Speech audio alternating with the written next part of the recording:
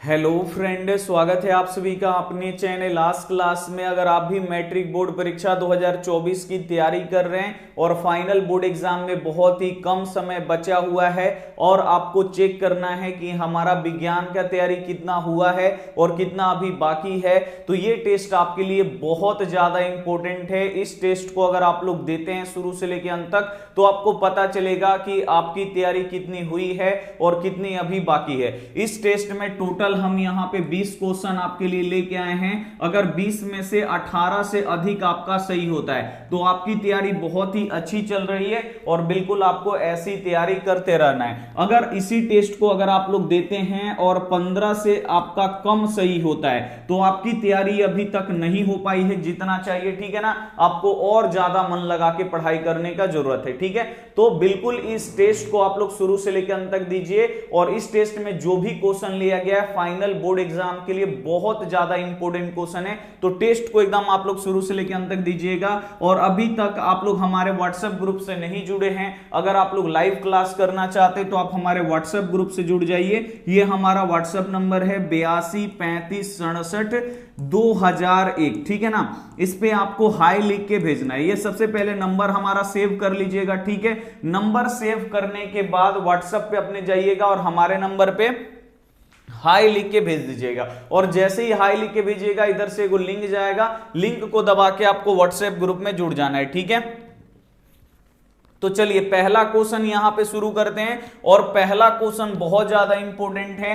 पहला क्वेश्चन है कि मनुष्यों के लार में कौन सा एंजाइम पाया जाता है। अब आपको बताना है कि जो मनुष्यों का लार होता है इसमें कौन सा एंजाइम पाया जाता है। तो मनुष्यों के लार में आपको याद रखना है टाइलिन नामक एंजाइम पाया जाता है। यहां पे सी वाला आंसर बिल्कुल सही जाएगा। अब ये भी क्वेश्चन आता है कि जो मनुष्यों का मुख है यानी मुंह है, इसमें कितनी जोड़ी लार ग्रंथियां पाई जाती हैं। तो ये भी आपको याद रखना है कि मनुष्यों के मुंह में 3 जोड़ी लार ग्रंथियां पाई जाती है। इसे आपको याद रखना है, ये भी बोर्ड एग्जाम में पूछा जाता है, ठीक है ना। तो इसे भी आपको साथ में याद रखना है। चलिए अगला क्वेश्चन पे हम लोग चलते हैं। अगला यहां पे क्वेश्चन है, ये भी इंपॉर्टेंट है।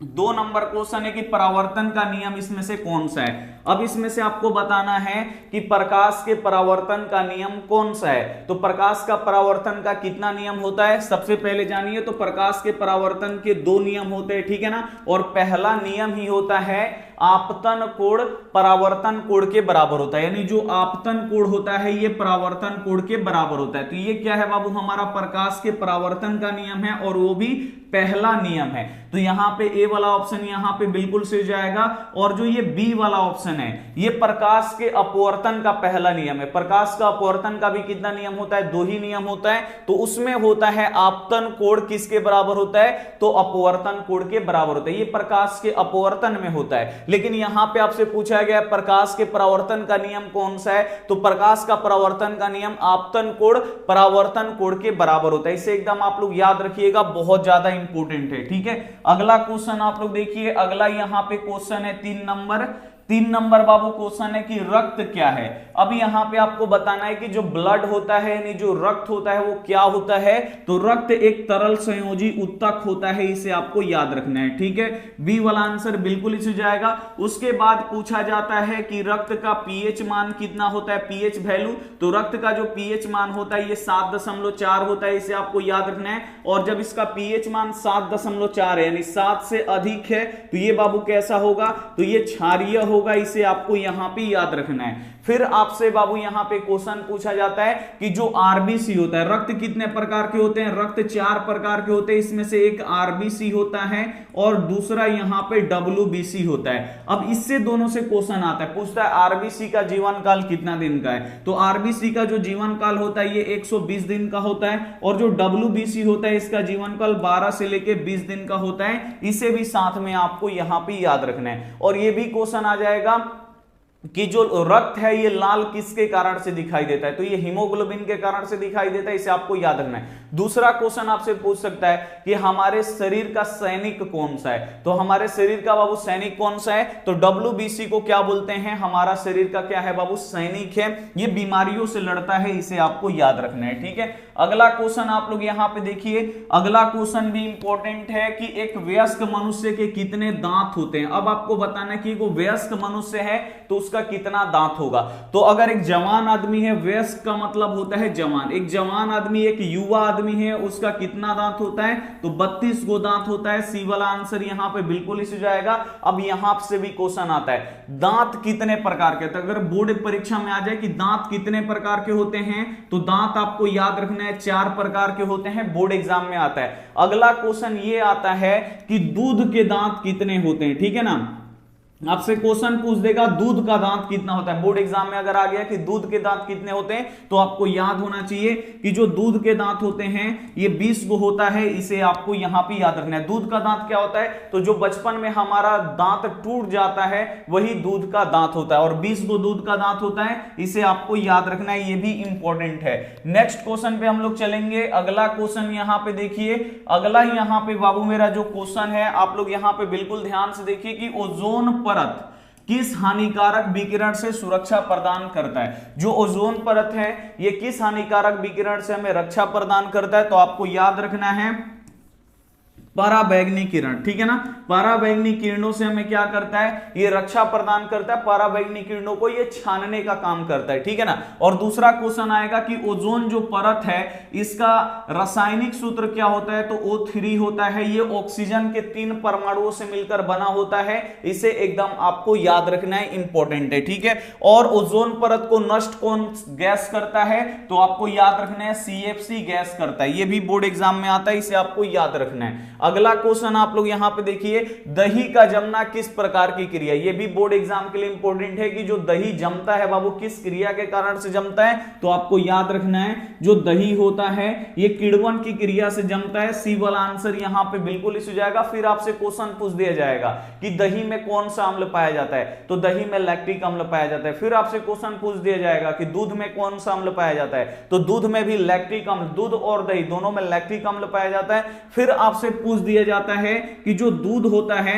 दूध का बाबू पीएच मान कितना होता है, तो दूध का पीएच मान कितना होता है, तो आपको याद रखना है 6 होता है। ये भी इंपॉर्टेंट क्वेश्चन है बोर्ड एग्जाम के लिए, एकदम इसे आपको याद रखना है। फिर अगला क्वेश्चन आप लोग यहां पे देखिए, अगला क्वेश्चन है कि मनुष्यों का वृक्क संबंधित है किससे। अब आपको बताना है कि जो मनुष्यों का वृक्क है यानी जो किडनी है वो किससे संबंधित है, आपको बताना है। तो मनुष्यों का जो वृक्क है वो आपको याद रखना है उत्सर्जन से संबंधित है। यहां पे सी वाला आंसर क्या हो जाएगा, बिल्कुल एकदम सही हो जाएगा, ठीक है। दूसरा क्वेश्चन आता है कि जो मनुष्यों का वृक्क है इसका आकार कैसा है, तो आपको याद रखना है जैसे सेम का बीज होता है बिल्कुल ऐसे ही हमारा किडनी का भी क्या होता है बाबू, एकदम आकार होता है सेम के बीज के समान। और दूसरा क्वेश्चन ये भी पूछा जाता है कि वृक्क यानी किडनी हमारे शरीर में कितना होता है, तो 2 गो किडनी होता है। अगर जोड़ा में बोले तो जोड़ा में कितना होगा बाबू, जोड़ा में 1 जोड़ा आपको यहां पे याद रखना है। 1 जोड़ा में कितना होता है, 2 गो होता है, ठीक है ना। तो आपको याद रखना है 2 गो किडनी यानी 1 जोड़ा किडनी पाया जाता है, इसे आपको याद रखना। और उसका आकार कैसा है, सेम के बीज के समान। अगला क्वेश्चन देखिए, ये भी इंपॉर्टेंट है कि एक उत्तल लेंस होता है। अब आपको बताना है कि एक उत्तल लेंस कैसा होता है, तो बाबू उत्तल लेंस का आप लोग ऐसे फोटो बस याद रखिए, ये उत्तल लेंस है, ठीक है ना। ये दोनों किनारों पे क्या होता है, पतला होता है, बीच में मोटा होता है, ठीक है ना। या ऑप्शन ऐसे भी दे देगा बीच में मोटा दोनों किनारों पे पतला, तो जैसे भी देगा आपको याद रखना है। देखिए किनारे पर पतला बीच में मोटा, तो किनारे पर पतला बीच में मोटा, बिल्कुल एकदम यही क्या हो जाएगा, राइट आंसर हो जाएगा। अगर ऐसे भी देगा तो वो भी सही हो जाएगा, बीच में मोटा किनारे पे पतला, तो ऐसे भी ऑप्शन देगा वो भी ऑप्शन सही हो जाएगा। और जो अवतल लेंस होता है ना, अवतल लेंस इस प्रकार का होता है, इसे भी आपको याद रखना है, ठीक है। अवतल लेंस में बाबू मेरे क्या होता है, तो दोनों किनारों पे देखिए, ये दोनों किनारों पर मोटा होता है और बीच में क्या होता है, पतला होता है। और ऐसे भी दे देगा बीच में पतला दोनों किनारे पर मोटा, तो जैसे भी देगा बस फिगर अगर आपके दिमाग में होगा तो आप लोग समझ जाइएगा, ठीक है ना। और उत्तल लेंस को क्या बोलते हैं, ये भी क्वेश्चन आता है बोर्ड एग्जाम में। तो उत्तल लेंस को आपको याद रखना है अभिसारी लेंस बोला जाता है, ठीक है ना। अभिसारी लेंस बोला जाता है उत्तल लेंस को। और अवतल लेंस को क्या बोलते हैं, तो अपसारी लेंस बोलते हैं। इसे भी आपको याद रखना है, बोर्ड एग्जाम में आता है, ठीक है ना। बहुत ज्यादा इंपॉर्टेंट है ये भी। अगला क्वेश्चन आप लोग यहां पे देखिए, अगला क्वेश्चन है कि विभवांतर मापने वाले यंत्र को क्या कहते हैं। अब यहां पे आपको बताना है कि विभवांतर मापने वाले यंत्र को क्या कहते हैं। तो विभवांतर किससे मापा जाता है, तो ये वोल्ट मीटर से मापा जाता है, इसे आपको याद रखना है। बी वाला आंसर बिल्कुल सही जाएगा। फिर आपसे क्वेश्चन आता है कि विभव अब किससे मापते हैं, ये तो विभवांतर है। दूसरा आपसे अगर क्वेश्चन पूछ देगा कि विभव मापने वाले यंत्र को क्या बोलते हैं, तो विभवांतर और विभव दोनों एक ही यंत्र से मापा जाता है, जिसका नाम क्या है, तो जिसका नाम है बाबू हमारा वोल्ट मीटर। वोल्ट मीटर के द्वारा विभवांतर और विभव दोनों को मापा जाता है। फिर क्वेश्चन आता है कि ए मीटर के द्वारा क्या मापते हैं, ए मीटर या इसे देता है आमीटर। तो ए मीटर या आमीटर से बाबू हम लोग क्या मापते हैं, तो विद्युत धारा को मापते हैं। इसे एकदम आपको याद रखना है, ठीक है। दोनों के दोनों क्वेश्चन बोर्ड एग्जाम में आता है। अगला क्वेश्चन देखिए, मानव नेत्र में कौन सा लेंस पाया जाता है। अब आपको बताना है कि जो मानव का नेत्र है यानी आंख है, इसमें कौन सा लेंस पाया जाता है, तो आपको याद रखना है इसमें उत्तल लेंस पाया जाता है मानव नेत्र में। और जो ये लेंस है बाबू किसका बना होता है, मानव नेत्र में, ठीक है ना, तो ये जिलेटिन का बना होता है। किसका बना होता है, जिलेटिन का बना होता है, ठीक है। और मानव नेत्र में प्रतिबिंब कहां पे बनता है, ये भी क्वेश्चन आता है। तो मानव नेत्र में जो प्रतिबिंब बनता है ये रेटिना पे बनता है, रेटिना यानी दृष्टि पटल पे बनता है। इसे एकदम आपको याद रखना है, ठीक है। अगला क्वेश्चन आप लोग यहां पे देखिए, अगला क्वेश्चन है कि रुधिर का कौन सा अवयव रक्त स्राव को रोकता है। अब आपको बताना है कि जो रुधिर का अवयव होता है कौन सा अवयव है, यानी कौन सा पार्ट है जो रक्त स्राव को रोकता है। यानी जब हमारा उंगली कट जाता है तो वहां से ब्लड निकलने लगता है और कुछ देर बाद वहां पर रक्त का क्लॉटिंग हो जाता है, रक्त वहां पे जम जाता है, जिसके कारण से फिर खून नहीं निकलता है, ठीक है ना। तो बताना है कि वो किसके कारण से जमता है, तो आपको याद रखना है प्लेटलेट्स। बहुत ज्यादा इंपॉर्टेंट क्वेश्चन है, बोर्ड में आता है ये। और प्लेटलेट्स को भी बोला जाता है हिंदी में रक्त बिंबाणु। तो आपको बिल्कुल कंफ्यूजन में नहीं रहना है। अगर प्लेटलेट्स नहीं देगा, इसका हिंदी नाम देगा रक्त बिंबाणु, तो आपको बिल्कुल भी कंफ्यूजन में नहीं पड़ना है। रक्त बिंबाणु पे आपको टिक कर देना है। और हीमोग्लोबिन के कारण क्या होता है, जो हमारा रक्त होता है वो लाल दिखाई देता है हीमोग्लोबिन के कारण। इसे आपको याद रखना है, ठीक है। अगला क्वेश्चन आप लोग देखिए, अगला क्वेश्चन है पौधों में जल का परिवहन कौन करता है। ये भी बोर्ड एग्जाम में आता है कि पेड़ पौधों में बाबू जल और खनिज लवण दोनों आप लोग याद रखिए। अगर क्वेश्चन आएगा खनिज लवण का परिवहन कौन करता है तो फिर घबरा जाइएगा। तो आपको याद रखना है पेड़ पौधों में जल और खनिज लवण का परिवहन कौन करता है, तो ज से जाइलम और ज से जल आपको यहां पे याद रखना है। तो जल का परिवहन और खनिज लवण का परिवहन कौन करता है, जाइलम करता है। ए वाला आंसर बिल्कुल इस हो जाएगा। और पेड़ पौधों में जो भोजन बनता है, भोजन को क्या करता है, सभी पार्ट में कौन पहुंचाता है, यानी भोजन का परिवहन कौन करता है, तो आपको याद रखना है फ्लोएम। जो फ्लोएम है ये भोजन का परिवहन करता है, इसे एकदम आपको याद रखना है। अगला क्वेश्चन आप लोग देखिए कि किस दर्पण में केवल छोटा प्रतिबिंब बनता है। अब यहां पे आपको बताना है केवल छोटा, ठीक है ना। तो आपको याद रखना है उत्तल दर्पण में कैसा बनता है, तो उत्तल दर्पण में छोटा बनता है, ठीक है। यहां पे अवतल दर्पण में क्या होता है, छोटा और बड़ा दोनों बनता है, इसे आपको याद रखना है। समतल दर्पण में एकदम बराबर प्रतिबिंब बनता है, इसे भी आपको याद रखना है, ठीक है ना। तो इसमें बोल रहा है केवल छोटा यानी खाली छोटा।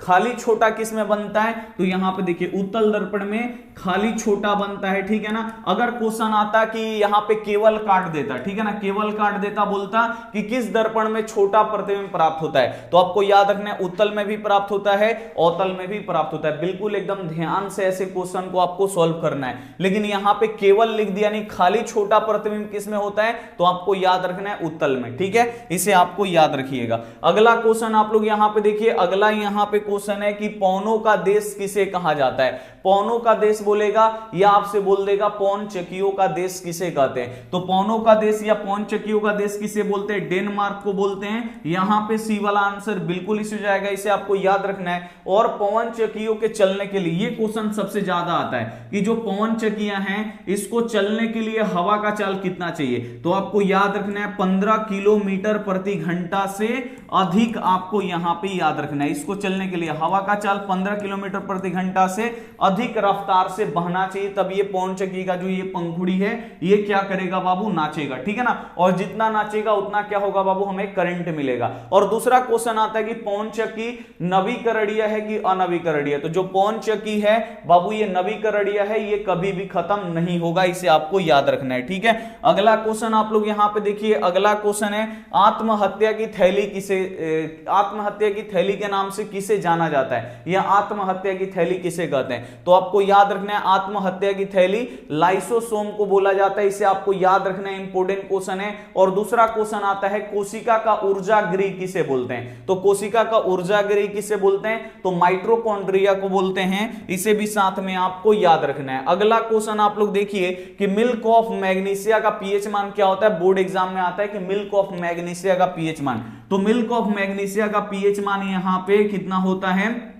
तो 10.5 होता है, इसे आपको याद रखना है। अगर दूसरा क्वेश्चन आपसे पूछ दिया कि मिल्क ऑफ मैग्नीशिया का उपयोग कहां पे होता है? तो एसिडिटी दूर करने के लिए, यानी पेट में का गैस दूर करने के लिए किया जाता है, इसे आपको याद रखना है। अब यहां पे पूछ देता है बाबू जल का पीएच मान क्या होता है? तो आपको याद रखना है 7 होता है। रक्त का पीएच मान क्या होता है? तो रक्त का पीएच मान 7.4 होता है, जो इंपॉर्टेंट है, ठीक है ना। उसके बाद यहां पे पूछ देता है अम्लीय वर्षा, याद रखिएगा सभी, अम्लीय वर्षा का बाबू पीएच मान, तो इसका आपको याद रखना है 5.6 से कम, ठीक है। और अगला आपसे यहां पे पूछता है मानव शरीर का पीएच परास, ठीक है। तो मानव शरीर का बाबू पीएच कितना होता है? तो मानव शरीर का पीएच 7 से कितना होता है बाबू? 7.8 के बीच में होता है, इसे आपको याद रखना है। फिर यहां पे आपसे पूछा जाता है दूध का पीएच मान कितना होता है? तो दूध का पीएच मान 6 होता है, इसे आपको यहां पे याद रखना है। तो ये कुछ पीएच वैल्यू है जो बोर्ड एग्जाम में पूछा जाता है, और एक मिल्क ऑफ मैग्नीशिया का भी पूछा जाता है। तो ये सब अगर आप लोग याद रखिएगा तो इसमें से 1-2 क्वेश्चन बोर्ड एग्जाम में आ जाएगा, ठीक है ना। तो जो भी अगर आपको याद नहीं है उसे आप लोग याद करने का कोशिश करिएगा। अगला क्वेश्चन देखिए, नाभिकीय ऊर्जा का स्रोत कौन सा है? अब इसमें से आपको बताना है कि नाभिकीय ऊर्जा का स्रोत कौन सा है। तो नाभिकीय ऊर्जा किससे मिलता है? तो यूरेनियम से भी मिलता है, थोरियम से भी मिलता है, सोडियम से भी मिलता है, और एक और है प्लूटोनियम से भी मिलता है, ठीक है ना। तो 4 को आप लोग नाम याद रखिएगा, यूरेनियम, थोरियम, सोडियम, और आपको याद रखना है क्या है? एगो प्लूटोनियम, इसे आपको याद रखना है। यानी इनमें से सभी से मिलता है। यहां पे डी वाला आंसर क्या हो जाएगा? बिल्कुल एकदम 100% सही हो जाएगा। अगला क्वेश्चन आप लोग यहां पे देखिए, अगला क्वेश्चन है कि सीएफसी का पूरा नाम क्या है? अब यहां पे आपको बताना है कि जो सीएफसी होता है उसका पूरा नाम क्या होता है? तो क्लोरोफ्लोरोकार्बन, ठीक है ना। क्या होता है? क्लोरोफ्लोरोकार्बन, यहां पे ए वाला ऑप्शन है। और दूसरा क्वेश्चन ये पूछा जाता है कि क्लोरोफ्लोरोकार्बन कहां से निकलता है? तो एसी से निकलता है, जो हमारे घर में एसी चलता है। फ्रिज जो होता है जिसे रेफ्रिजरेटर बोला जाता है, फ्रिज से भी निकलता है। और तीसरा बड़े बड़े इंजनों से निकलता है, इसे आपको याद रखना है। बड़े इंजन या जेट इंजन देगा तो उस पर आप लोगों को टिक करना है, तो इनसे निकलता है, इसे आपको याद रखना है। या जो झागदार शेविंग क्रीम होता है उससे भी निकलता है, इसे आपको साथ में याद रखना है, ठीक है। अगला क्वेश्चन आप लोग यहां पे देखिए, अगला क्वेश्चन है कि शुद्ध सोना कितने कैरेट का होता है? अब आपको बताना है जो शुद्ध सोना है, एकदम प्योर सोना है, वो कितने कैरेट का होता है? तो वो 24 कैरेट का होता है। और दूसरा क्वेश्चन ये भी आपसे पूछ दिया जाएगा कि शुद्ध सोना कैसा होता है? तो आपको याद रखना है कि जो शुद्ध सोना होता है ये मुलायम होता है, इसे आपको याद रखना है, एकदम मुलायम होता है, ठीक है ना। तो इसे कठोर करने के लिए क्या करते हैं? मुलायम चीज से तो गहना बनेगा नहीं, तो इसे कठोर करने के लिए 22 कैरेट हम लोग क्या लेते हैं? सोना, और 2 कैरेट इसमें क्या करते हैं? तांबा या चांदी मिला देते हैं, तब ये क्या हो जाता है बाबू? पूरा एकदम कठोर हो जाता है, मजबूत हो जाता है, तब इससे हम लोग क्या करते हैं? गहना बनाते हैं। तो फिर यहां से भी क्वेश्चन आता है कि गहना बनाने के लिए कितना कैरेट सोना का उपयोग होता है, यानी आभूषण बनाने के लिए कितना कैरेट सोना का आवश्यकता पड़ता है? तो 22 कैरेट सोना का आवश्यकता पड़ता है, इसे आपको याद रखना है, ठीक है। अंतिम क्वेश्चन आप लोग देखिए, शुद्ध जल कैसा होता है? आपसे पूछा गया कि जो शुद्ध जल है, यानी जो प्योर जल है, वो कितना होता है? उसका पीएच मतलब वो कैसा होता है? तो जो शुद्ध जल है ना बाबू, ये क्या होता है? उदासीन। उदासीन का मतलब ना ही ये अम्लीय लगेगा आपको, ना ही ये क्षारीय लगेगा, ना ही ये खट्टा लगेगा, नहीं ये क्षारीय लगेगा, ठीक है ना। तो जो शुद्ध जल होता है बाबू ये उदासीन होता है, इसका मतलब कोई भी स्वाद नहीं होता है। और शुद्ध जल का क्वेश्चन आएगा कि शुद्ध जल का पीएच मान कितना होगा? 7 होगा। या क्वेश्चन आएगा उदासीन विलयन, ये भी क्वेश्चन आता है, उदासीन विलयन का पीएच मान कितना होगा? तो उदासीन विलयन का पीएच मान कितना होता है? 7, क्योंकि जो जल होता है उदासीन होता है, तो उदासीन विलयन का पीएच मान कितना होता है? 7। या शुद्ध जल का पीएच मान कितना होता है? 7। तो आप लोग जल्दी से बताइए कि आप लोगों का कितना सही हुआ, 18 को सही हुआ कि नहीं, कमेंट करके आप लोगों को बताना है, ठीक है ना। आप लोग बताइएगा कि आपका 18 सही हुआ कि नहीं। अगर 18 सही हो गया तो आप लोग पढ़ाई छोड़िएगा मत कि हमारा एकदम सही है। आप लोग ऐसी तैयारी करते रहिएगा तो और ज्यादा आपको नंबर आएगा। रिवीजन जितना ज्यादा हो सके उतना ज्यादा करिए। और जिनका 15 से कम सही हुआ है बाबू, अभी भी टाइम है, थोड़ा और मन लगा के आप लोग पढ़ दीजिए और अच्छा आपका नंबर आएगा। 15 सही हुआ है इसका मतलब ये नहीं है कि आपका नंबर अच्छा नहीं आएगा, आएगा। और अच्छा से अगर आप लोग तैयारी करिएगा और अच्छा नंबर आपको आएगा। तो जितना नंबर आपका सही हुआ है, जितना अगर आपका नंबर आया है, जितना क्वेश्चन सही हुआ है, आप लोग नीचे कमेंट बॉक्स में आप लोग जरूर लिखिएगा। कमेंट बॉक्स हम चेक करते हैं, वहां पे चेक करके आपका रिप्लाई भी देंगे, ठीक है ना। तो आप लोग जल्दी जल्दी सभी बच्चे यहां पे कमेंट करेंगे और देखेंगे हम कि किनका कितना कितना आया है, ठीक है ना। तो मिलता है अगली क्लास में, तब तक अपना ध्यान रखिए, मन लगा के पढ़ाई करिए। Take care and bye.